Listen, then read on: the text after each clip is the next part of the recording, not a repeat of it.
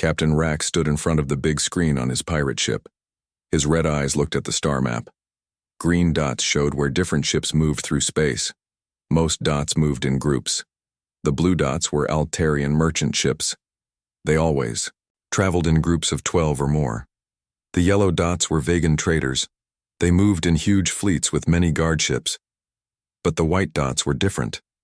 The white dots were human ships. Each white dot moved alone through space. No other ships near them. No protection, no help. "Look at this," said Voss, his intelligence officer. Voss was an Exari with purple skin and 4 arms. He pointed at the screen with 2 hands while typing with the other 2.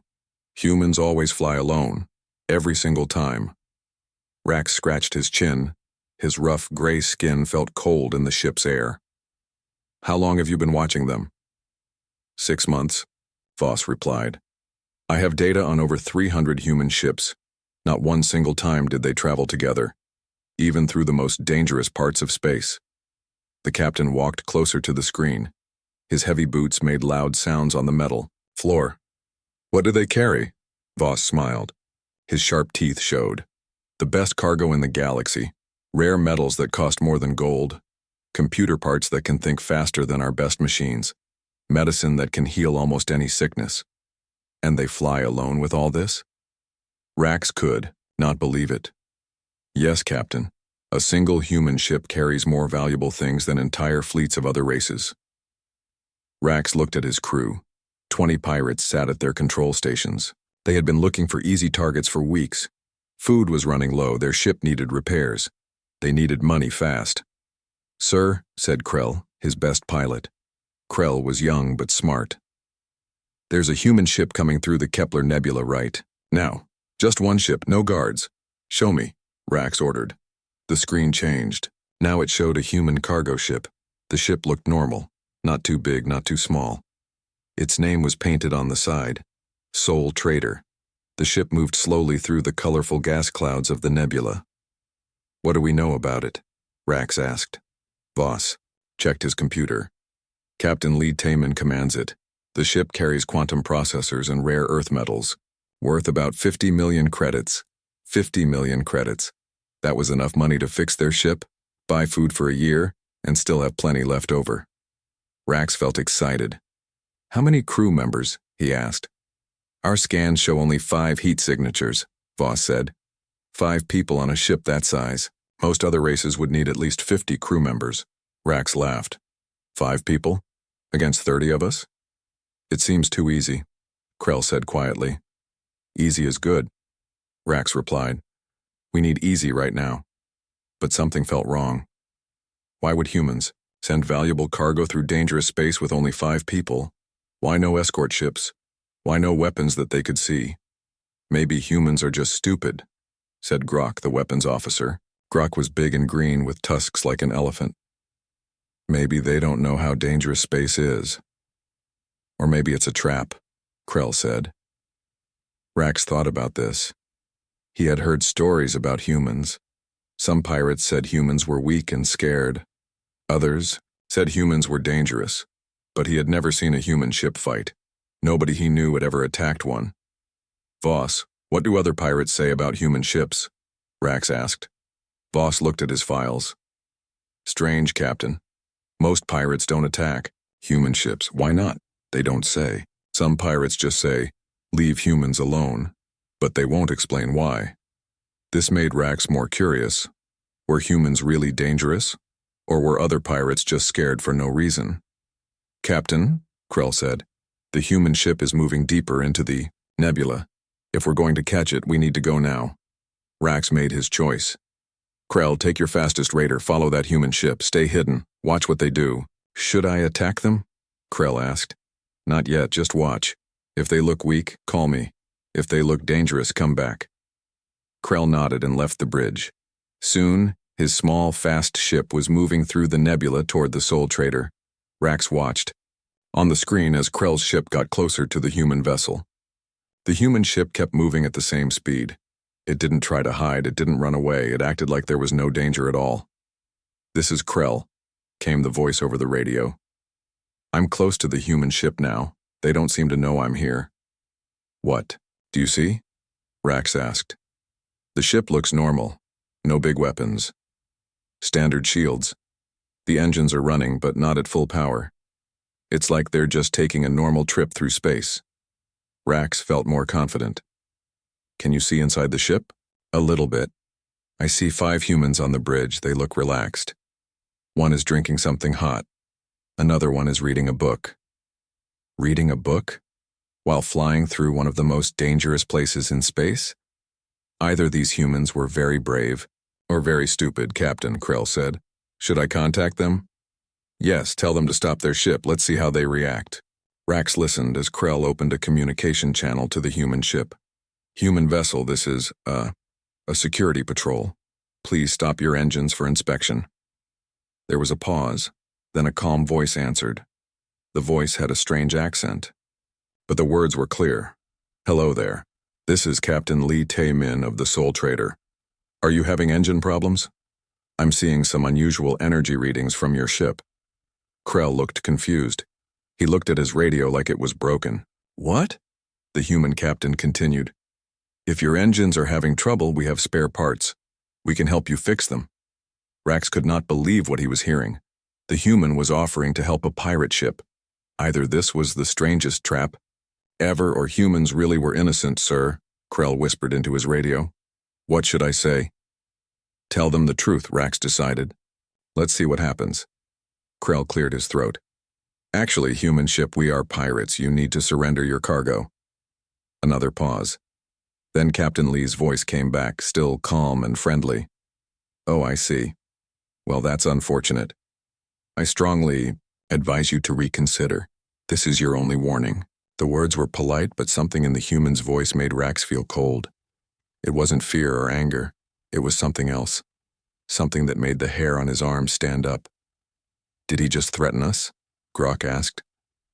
I think so, Rax said. But he sounded so calm. On the screen, they could see the human ship still moving slowly through the nebula. It didn't run. It didn't call for help. It didn't even change course. Krell, Rax said into the radio. What do you think? I don't know, Captain. Something feels wrong. But there's only 5 of them and 30 of us. How dangerous can they be? Rax made his decision.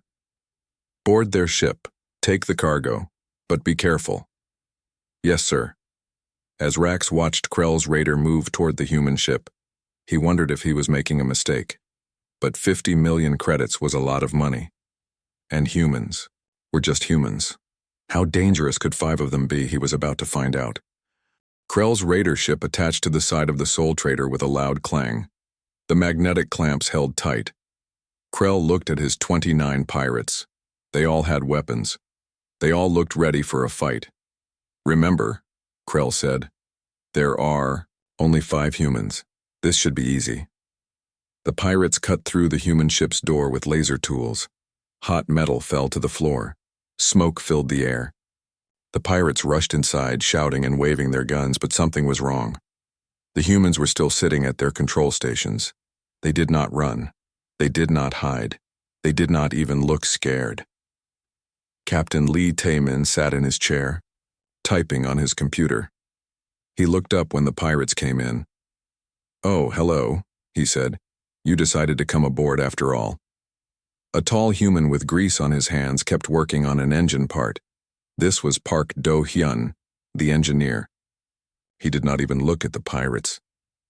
A woman with short black hair continued looking at star charts. This was Kim So-ra, the navigator. She moved her finger across the screen, checking their route. Another man, thin and wearing a white coat, read something on a small computer. This was Choi Min-ho, the medic. He turned a page and kept reading. The last human, a young woman, counted boxes in the cargo area. This was Yoon Ji-won, the cargo specialist. She wrote numbers on a list. Krell stared at them. Are you not afraid? Captain Lee looked confused. Afraid of what? We are pirates. We have guns. We outnumber you 6-1. Oh, that. Captain Lee nodded. Yes, I can see that. But we have work to finish. Our delivery to the Tau station is very important. Krell could not believe this. You have work to finish, we are robbing you. Well, yes, but medical supplies can't wait. People are sick on Tau station. They need the medicine we carry. One of Krell's pirates, a big blue alien, named Torx, laughed. Humans are crazy. They care more about work than their lives. Engineer Park looked up from his engine part. Our lives? Why would our lives be in danger? Because we will kill you if you don't give us your cargo, Torx shouted. Park looked puzzled. Why would you do that? Because we are pirates. Yes, but killing us won't help you get the cargo. The cargo containers have security locks, only we know the codes. If you kill us, you get nothing. Krell felt frustrated. These humans talked like pirates were just a small problem, like bad weather or a broken machine. Where is the rest of your crew? Krell demanded. This is the rest of our crew, Captain, Lee said. 5 people? On a ship this size? Yes. Is that strange? Krell looked around the ship. It was big enough for 50 people. Most alien ships needed large crews, someone to fly the ship, someone to watch the engines, someone to fix things, someone to cook food, someone to watch for danger, someone to handle cargo, someone to talk to other ships. The list went on and on. How do 5 people do the work? Of 50? Krell asked. We are efficient, said Navigator Kim So-ra. She did not look away from her star charts. Efficient? We each do multiple jobs, Captain Lee explained. I fly the ship and handle communications. Park keeps the engines running and fixes what breaks. Kim plots our course and watches for problems. Minho takes care of medical needs and monitors. Ship systems. Ji-won manages cargo and handles trade agreements. But what if someone gets sick? What if the engines break and Park is sleeping? What if you need to fight? The humans looked at each other. They seemed confused by the questions. If someone gets sick, Minho takes care of them, Captain Lee said slowly, like he was talking to a child. If the engines have problems while Park is sleeping, we wake him up. If we need to fight. He paused. Well, we prefer not to fight. You prefer not to fight? Krell felt angry now. We have 30 armed pirates on your ship. Yes, I noticed. That seems like too many people for such a small ship. Your raider only needs 3 or 4 crew members. Krell stared at him. The human was giving advice about how to be a better pirate. Look, Krell said, trying to stay calm. Give us your cargo, or we will hurt you. Medic Choi Min-ho finally looked up from his reading. He was small, much smaller than any of the pirates. He looked like he could not hurt anyone. I really wish you would not do that, Min-ho said quietly. Why not? Torx laughed. What will you do to stop us? Min-ho sighed. I took an oath to help people, not hurt them, but if you insist on violence, I will have to defend my crew. Torx thought this was the funniest thing he had ever heard. A small human doctor was going to fight 30 pirates. He laughed so hard that tears came from his eyes. You? Fight us? Torx could barely speak. You are tiny. Size is not everything, Min-ho said sadly. Torx raised his laser rifle. I will show you what size means. What happened next was so fast that most of the pirates missed it. Min-ho moved. He did not run toward Torx. He did not jump or roll. He simply moved like water flowing around rocks. 1 second, Torx was pointing his gun at Min-ho. The next second, Torx was on the floor, unconscious.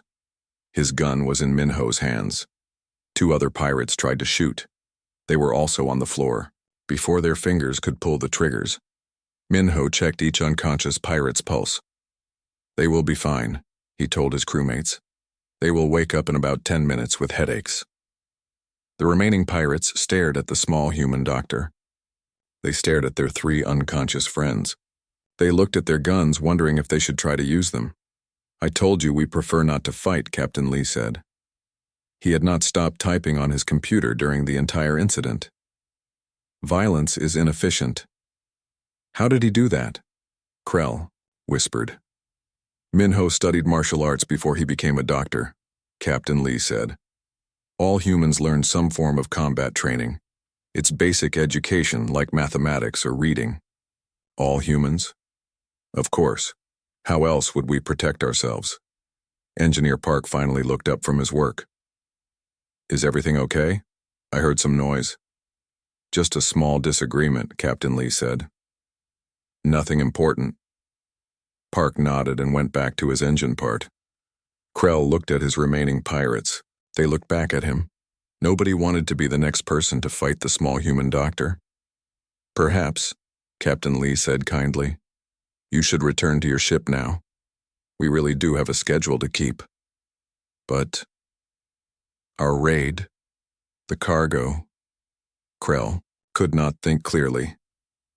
I'm sure you can find easier targets, Medic Minho said. There are many ships in this area that actually want to be robbed. Ships that want to be robbed? Insurance fraud. Navigator Kim explained without looking up. Some companies arrange fake pirate attacks to collect insurance money. You could make a living from that without hurting anyone. Krell felt like his brain had stopped working. The humans were giving him business advice. They had defeated his pirates without even trying. And they still acted like piracy was just another job, like fixing engines or delivering medicine. We should go, one of his pirates whispered. Something is very wrong here. Krell nodded. Yes, we should go. The pirates picked up their unconscious friends and walked back to their ship. Minho helped them carry the heavy ones. Safe travels, Captain Lee called as they left. And please consider our suggestion about insurance fraud. It's much more profitable and less dangerous. As Krell's raider ship disconnected from the Soul Trader, he felt confused and scared. His crew looked at him with questions in their eyes. What had just happened? How had 5 humans made 30 pirates feel helpless? And why did the humans act like it was no big deal? Krell called Captain Rax on the radio. His voice shook as he spoke. Captain, we need to talk. Captain Rax listened to Krell's report with growing worry. His best pilot sounded scared. Krell had fought in many battles.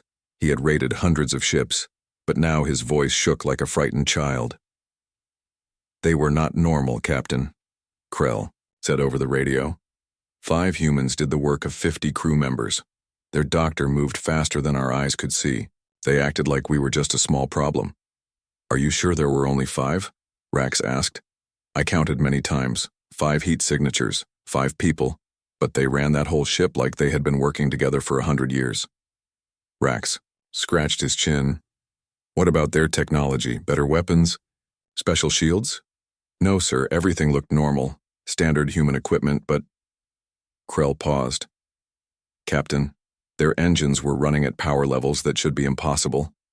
Their computers worked faster than anything I have ever seen, and they fixed a broken navigation system while we were there, using only spare parts. This made Rax more curious. How did humans make normal equipment work better than it was designed to work, sir? Said Voss, the intelligence officer. Maybe. We should study more human ships before we attack again. Rax nodded. Good idea. How many human ships are in this area? Voss checked his computer.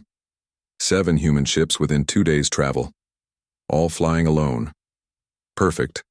We will watch them, learn how they work, find their weakness. For the next week, Rax's pirate fleet followed human ships from a safe distance. They used long-range sensors to watch everything the humans did. What they saw confused them more each day. The first ship they watched was the Busan Express, commanded by Captain Oh Seung-woo. The ship was carrying construction materials to a new colony. As they watched, the ship's main engine suddenly stopped working. Now we will see what happens, Rax said. They will have to call for help. But Captain Oh did not call for help. Instead, he and his 4 crew members put on spacesuits and went outside their ship. In space, while moving at high speed. What are they doing? Grok asked. The pirates watched in amazement as the human crew took apart their engine while flying through space. They had no special tools, no robot helpers. Just 5 people with basic equipment, fixing one of the most complex machines in the galaxy. That should take days, Voss whispered. They need a space station, special tools, a team of experts. But the humans fixed their engine in 4 hours. When they were done, the engine worked better than before. The ship's speed increased by 20%. How is that possible? Rax asked. I don't know, Captain, Voss replied, but look at this. Voss showed them sensor readings from the human ship.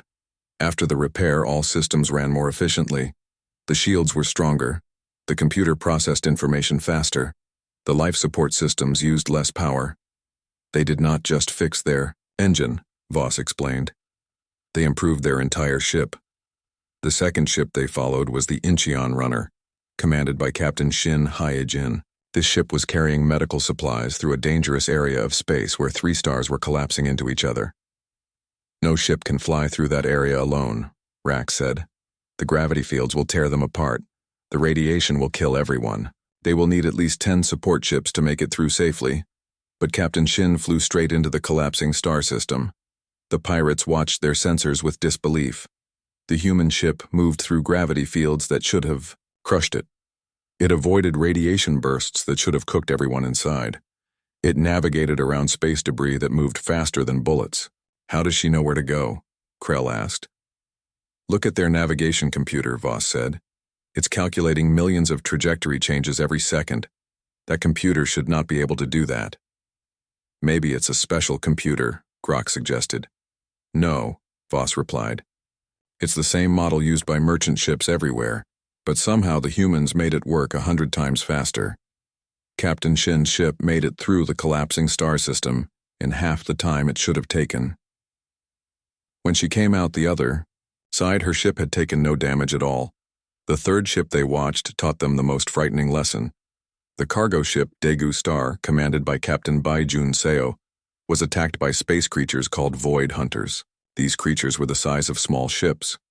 They had teeth like metal spears and skin harder than armor. Most ships needed military escorts to protect them from Void Hunters, but Captain Bay's ship was alone. When the Void Hunters attacked, the pirates expected to watch the human ship get destroyed. Instead, they saw something that made their blood turn cold. The human ship did not run away. It did not call for help. Instead, Captain Bay opened his cargo doors. What is he doing? Rax asked. Is he surrendering his cargo to the Void Hunters? But Void Hunters did not want cargo. They wanted to eat the crew. Then the pirates understood.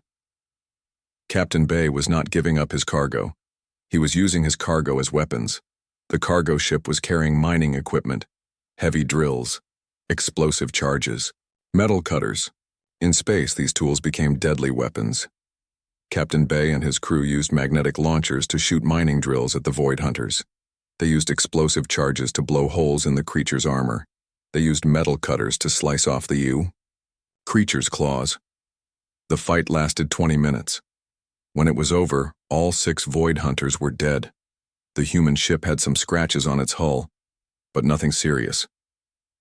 They turned a cargo ship into a battleship in minutes, Rax whispered. And they did it with mining equipment, Voss added, things that every cargo ship carries. But the most shocking part came next. Captain Bay called the local space patrol to report the dead Void Hunters. He gave them the exact location so other ships would not run into the floating bodies.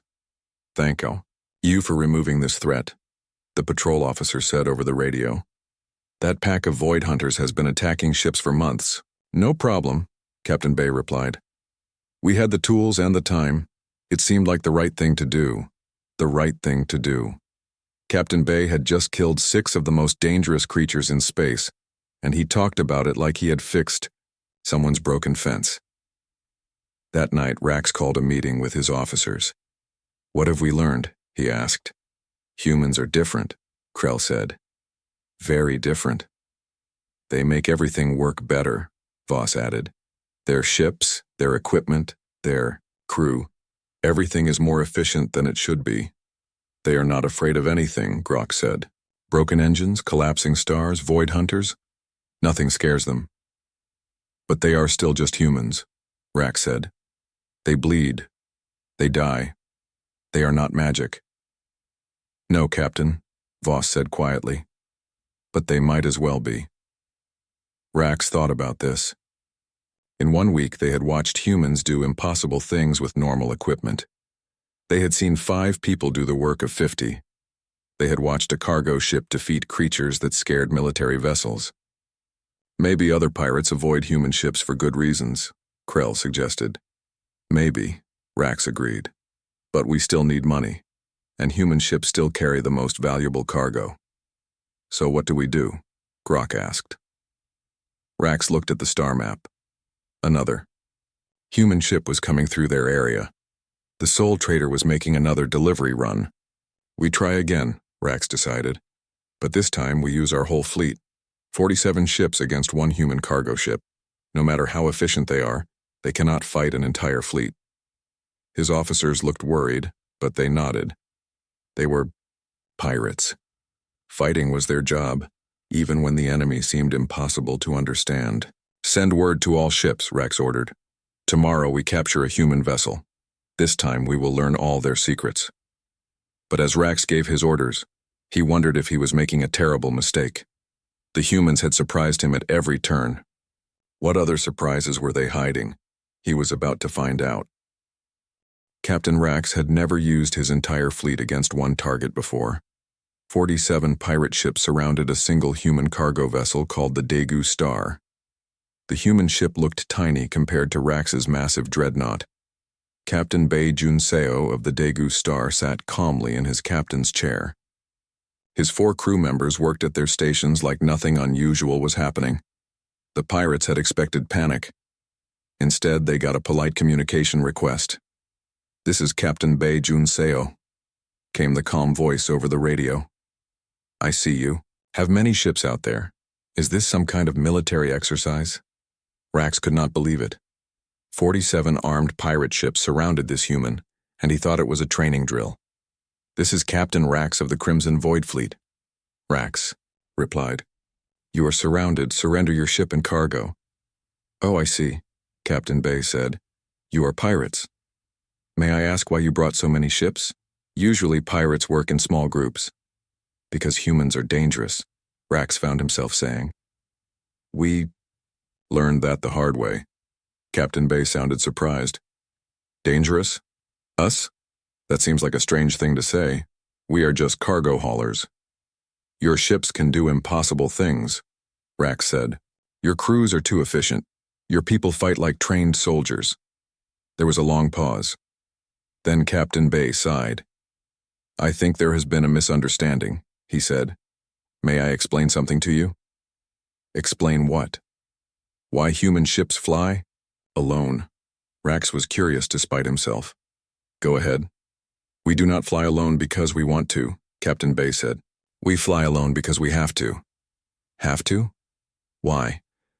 "Because when human ships work together, we become something that scares other people." Rax laughed. 5 humans scare people? 47 pirate ships?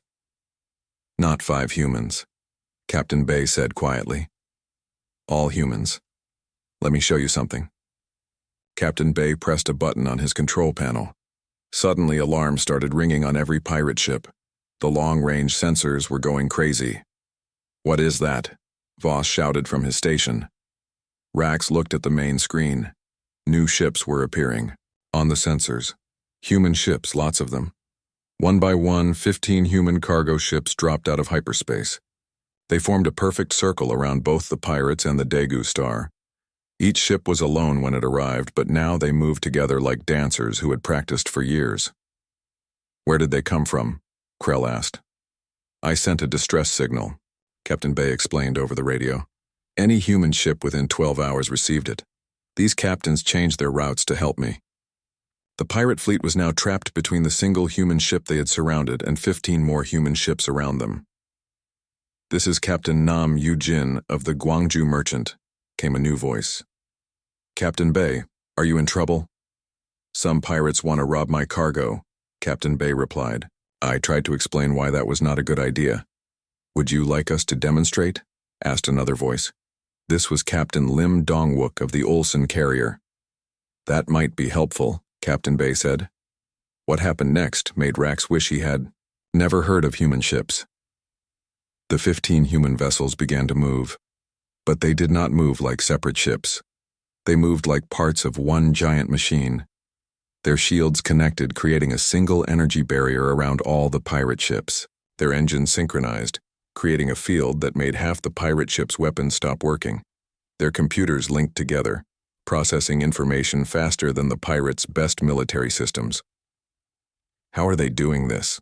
Rax whispered. "Look, at the communication channels," Voss said. His face was pale. "They are talking to each other hundreds of times per second. Their computers are sharing data so fast our sensors cannot keep up." In less than 5 minutes, 16 separate cargo ships had become one fighting unit. The pirates found themselves trapped inside a cage made of energy, unable to move or fight. "This is impossible," Grok said. "Cargo ships cannot do this." "Apparently they can," Rax replied. Captain Bay's voice came over the radio again. "This is what happens when humans work together. We do not just add our abilities, we multiply them." "How?" Rax asked.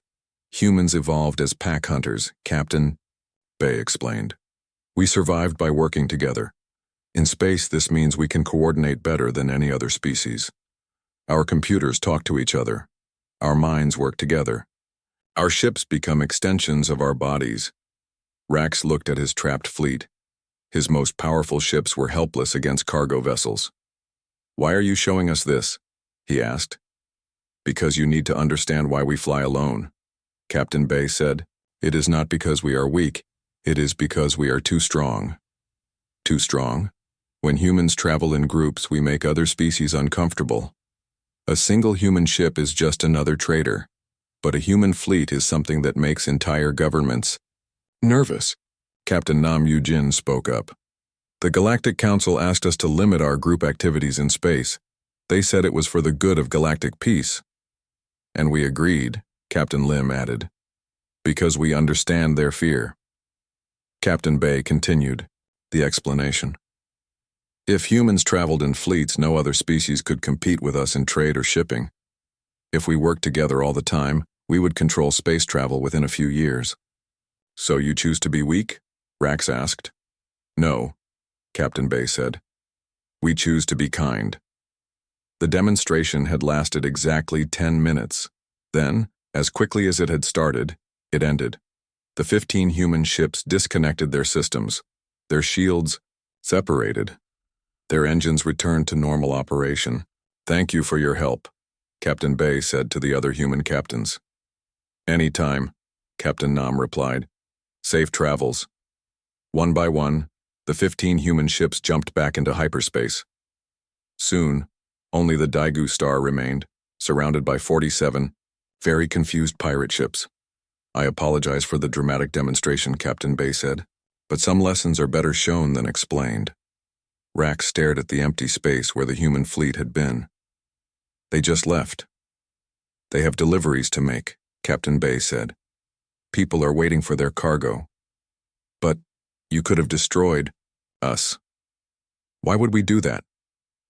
"You have not actually hurt anyone yet." Rax felt something he had never felt before in his life as a pirate. He felt small.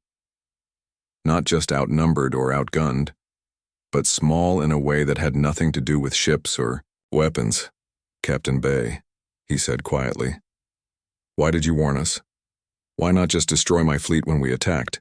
Because that would be wasteful. Your ships could be used for honest work.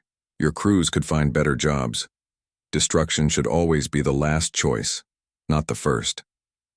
"Other pirates will come," Rax said. "They will attack human ships.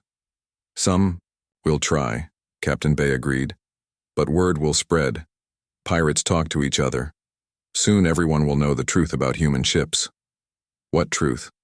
"That we fly alone not because we have to, but because we choose to. And that choice is the only thing that keeps the rest of the galaxy safe from us." The pirate fleet began to disperse. Ship by ship, they turned away from the human cargo vessel. Rax was the last to leave. "Captain Bay," he said over the radio, "what will you do now?"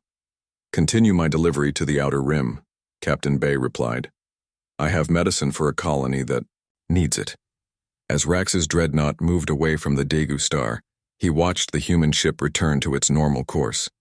It moved slowly through space alone again, looking like just another cargo hauler. But Rax would never see human ships the same way again. He knew the truth now. Every human ship that flew alone through space was not showing weakness. It was showing mercy, and that was more terrifying than any weapon. 3 months later, Captain Rax sat in a cantina on Nexus Station. His pirate fleet was gone. Some of his crew had found honest jobs.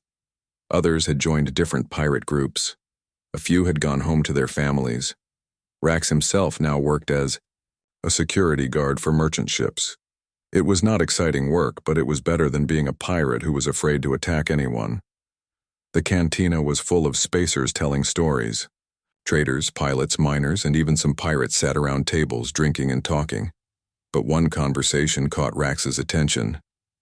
"I heard the Bloody Claw gang tried to raid a human ship last week," said a vegan trader. "What happened?" asked a miner.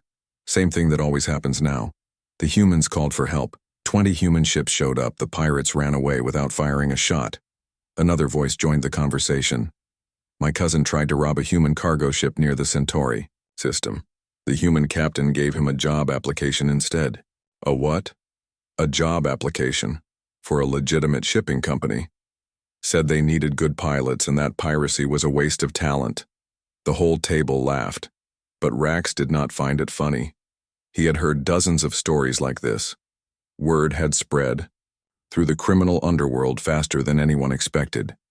The message was simple: leave human ships alone.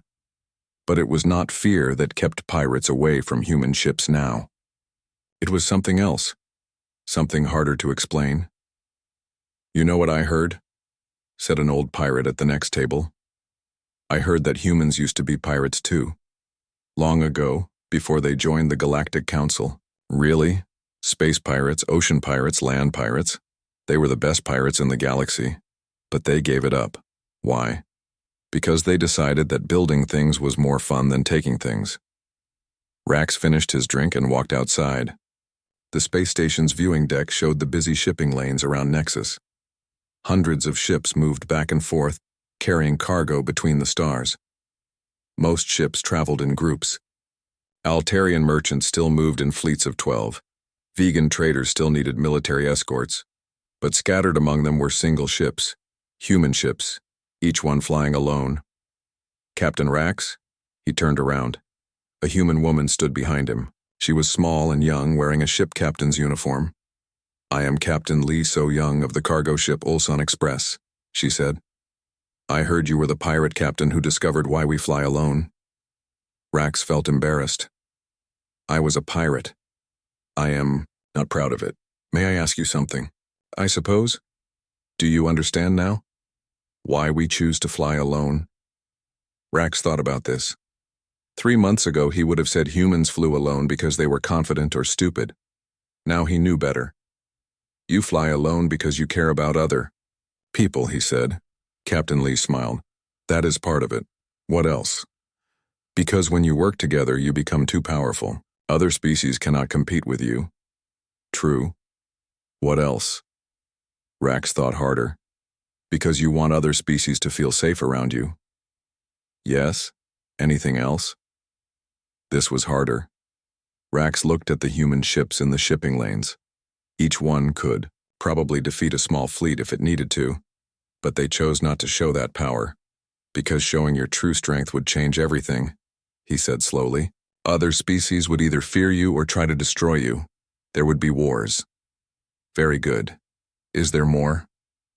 Rax watched a human cargo ship pass by.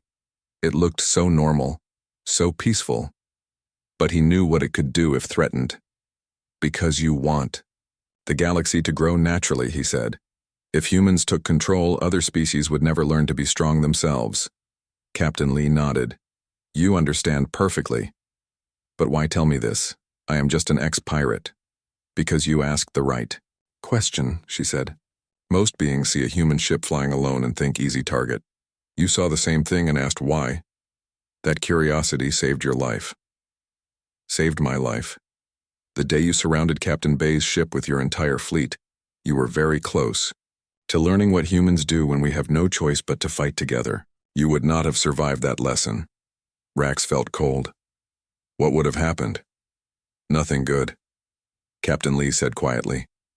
"Humans are very creative when we need to be, especially when we need to protect ourselves." They stood in comfortable silence watching the ships move through space. "Captain Lee, Rax said finally. May I ask you something now? Of course. Are humans really as dangerous as I think you are? Captain Lee considered this carefully. That depends on your definition of dangerous. Can you conquer the galaxy if you want to? Probably. How long would it take? If we really tried, and worked together? Maybe 5 years. Then why do you not do it? Captain Lee looked at him with sad eyes. Because conquering is easy. Building a galaxy where everyone can live freely is hard. We prefer hard challenges. A message chimed on Captain Lee's communicator. She read it and sighed. I have to go, she said. My cargo is needed on Tau Station, medical supplies. You are flying alone? Of course. Are you not afraid? Captain Lee smiled. Of what? Pirates know better now. Space monsters are just puzzles to solve. Equipment failures just mean we get to fix things. What is there to be afraid of? She started to leave, then turned back. Captain Rax, would you like some advice? Yes. Find work that helps people. You have good instincts, you ask the right questions. The galaxy needs people like you working on the right side. She walked away, leaving Rax alone with his thoughts. Later that night, Rax sent a message to Earth Command. He offered to share everything he had learned about human ships with their security forces, not to help them fight humans, but to help them understand why humans deserved respect. The reply came quickly. Earth Command thanked him for the information. They also offered him a job as a consultant, helping other species understand human behavior in space. Rax accepted. 6 months later, he published a report called Why Human Ships Fly Alone, a former pirate's perspective. The report became required reading at every space academy in the galaxy. The most important part of the report was the conclusion. Humans fly alone not because they have to, but because they choose to. This choice represents the greatest act of kindness in galactic history. Every human ship that flies alone through space is a reminder that true strength comes from knowing when not to use your power. If you see a human ship flying alone, do not think, easy target. Think, there goes. Someone strong enough to destroy me, but kind enough to let me live in peace. That is why human ships always fly solo, and why the galaxy is safer because they do. The report ended piracy against human ships almost completely, but more importantly, it helped other species understand that humanity's greatest weapon was not their technology or their efficiency. It was their choice to be gentle with a galaxy that could not defend itself against them. And in the vast emptiness of space, human ships continued to fly alone, carrying their cargo and their kindness from star to star, keeping the galaxy safe by keeping their true power hidden, just as they always had, just as they always would.